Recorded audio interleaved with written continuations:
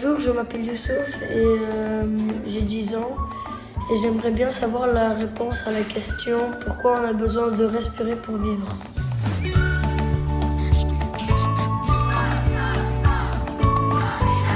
Peut-être l'épidémie sera finie en Belgique, mais on ne sait pas. This is all wrong. Dessine-moi une actu. C'est vrai que c'est la première chose que tu as faite à ta naissance, Youssouf. Prendre une grande bouffée d'air et commencer à respirer et pleurer. La respiration, c'est un acte réflexe qu'on fait sans réfléchir. Si on tente de bloquer notre respiration, notre cerveau nous ordonne très vite de libérer le nez ou d'ouvrir la bouche. Il sait que c'est vital. Alors, qu'est-ce qui se passe quand on respire? Quand on inspire, de l'air entre par le nez ou la bouche. Celui qui passe par le nez se réchauffe au contact des vaisseaux sanguins qui tapissent les fosses nasales. Et en plus, il est nettoyé. Les poils des narines retiennent les impuretés, les poussières, le pollen, etc. L'air emprunte ensuite des tubes de plus en plus étroits pour aller jusqu'à l'intérieur des deux poumons.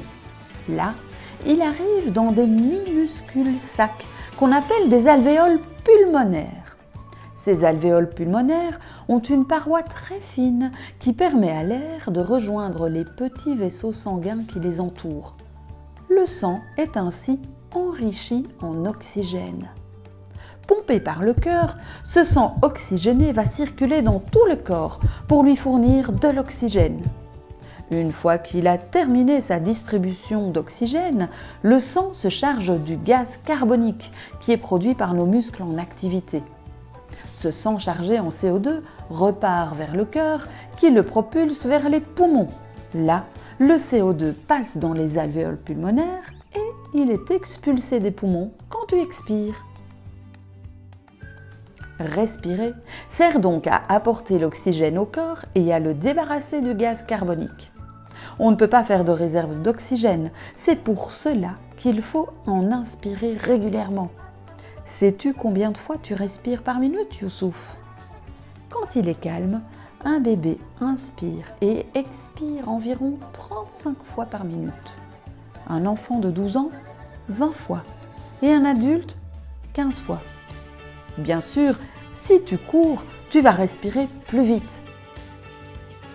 C'est ton cerveau qui contrôle le rythme de la respiration.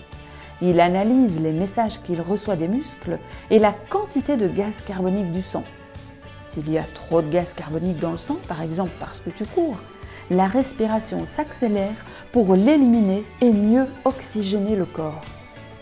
Le corps est quand même une machine extraordinaire.